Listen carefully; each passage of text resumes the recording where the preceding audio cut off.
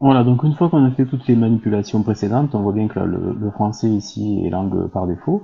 On se connecte avec le compte administrateur, avec le compte admin, et on revient donc sur le tableau de bord. Cette fois, on est bien d'accord, tout est en français. Donc pour aller un petit peu plus loin, on va regarder les différents menus. À chaque fois, on a les comptes, les contacts et les prospects.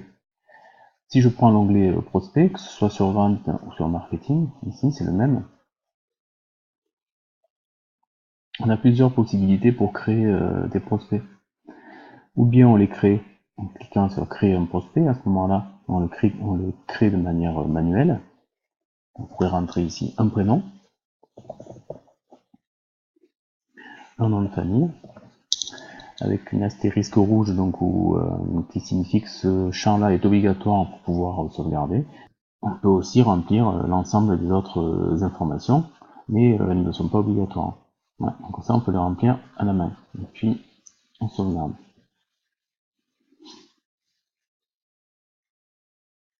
L'autre façon de créer des prospects, c'est d'importer des prospects. Et on va retrouver cet élément importé dans tous les menus en fait. Donc on peut prendre l'exemple des prospects, si je veux les importer. Il suffit, on peut télécharger le modèle de fichier, mais en fait ce sont des fichiers Excel. Hein. Donc on peut choisir un fichier Excel, mais au format CSV. Donc quand j'importe ce fichier CSV, Excel, suite CRM lit ce fichier. Et là on voit, il lit les 3 premières lignes, et il stipule qu'aucune ligne d'entête a été trouvée, alors que cette ligne d'entête là, non entreprise, adresse, code postal, ville, va servir en fait de ligne d'entête pour les champs. Il y aura le champ non entreprise, le champ adresse, le champ code postal. Donc si c'est le cas, si ici il y a noté aucune ligne d'entête trouvée, on va dans les options avancées et on stipule à la suite CRM qu'il y a bien une ligne d'entête. Et là, c'est un fichier CSV avec des points séparés par des points-virgules, donc on est OK, mais on pourrait aussi mettre d'autres séparateurs, virgule, ou le point, etc. Ici, moi, c'est point-virgule, et il y a une ligne d'entête. Une fois que j'ai stipulé à la suite CRM qu'il y a une ligne d'entête, je peux faire suivant, et il voit que le logiciel automatiquement me récupère la ligne d'entête, et ici, nous avons les différents champs de mon fichier Excel.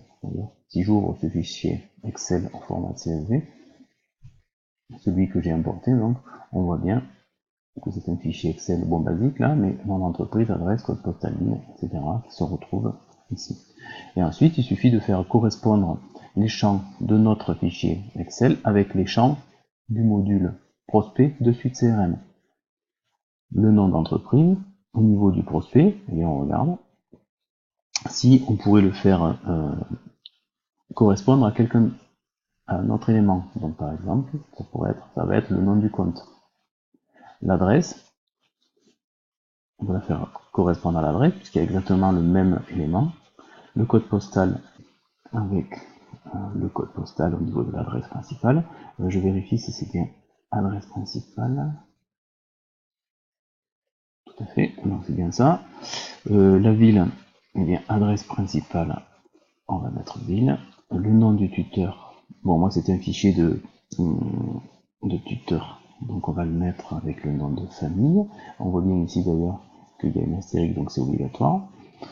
Le téléphone, allez, on va aussi le faire correspondre avec le champ donc de suite CRM.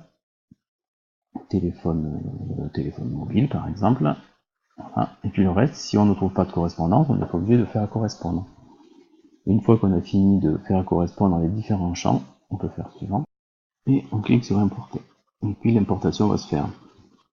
Voilà, donc l'import a été fini, et donc on se retrouve avec eh bien, des prospects qui ont été importés.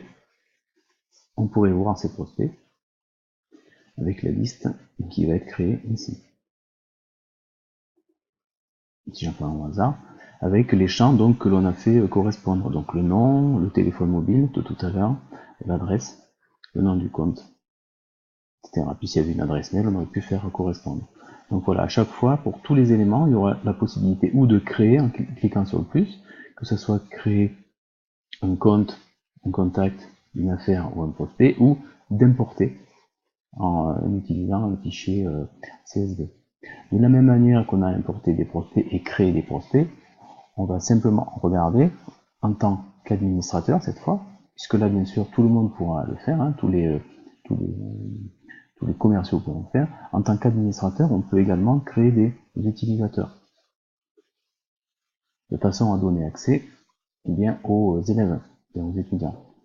Et toujours pareil, on peut ou bien créer un utilisateur à la main en faisant le plus, ou importer des utilisateurs. Et si je clique ici sur import utilisateur, on a exactement la même fenêtre que tout à l'heure. Il faut simplement choisir un fichier avec nom, prénom, adresse mail, etc., etc. Donc on peut ou bien créer un utilisateur à la main ici, ou importer des utilisateurs. Simplement dans la création d'utilisateurs, on peut remarquer des éléments, c'est que là, donc on va rentrer à la main avec des éléments obligatoires, le nom de l'utilisateur, le nom de famille et le statut. Et il y a aussi une grille, un élément pour changer le mot de passe. Il va falloir donner un mot de passe à cet utilisateur. Alors, si je crée un utilisateur qui s'appelle comme ça, avec un nom de famille comme ça, le login, ce sera cet élément-là, ce qu'il y a dans le nom d'utilisateur. Et on regarde s'il n'y a pas d'autres éléments obligatoires. Il y a un élément obligatoire ici qui est l'adresse mail. On va voir pourquoi tout à l'heure.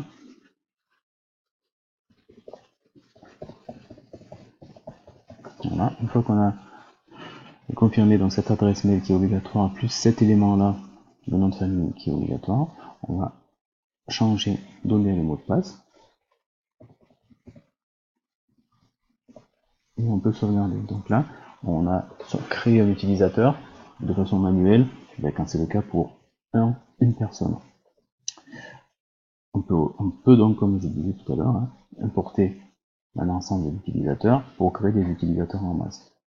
Il faut simplement bien faire attention que quand on est administrateur, on va aussi gérer la manière dont sont générés les mots de passe. Donc dans le menu administration, gestionnaire des mots de passe, mais il y a deux solutions. On peut ou le créer à la main, c'est-à-dire le mot de passe est créé par l'administrateur, ou on peut activer la génération de mots de passe automatique, et à ce moment-là, l'utilisateur recevra le mot de passe via son mail. Donc il faut bien sûr que l'envoi de mail fonctionne correctement avec Suite CRM. Voilà.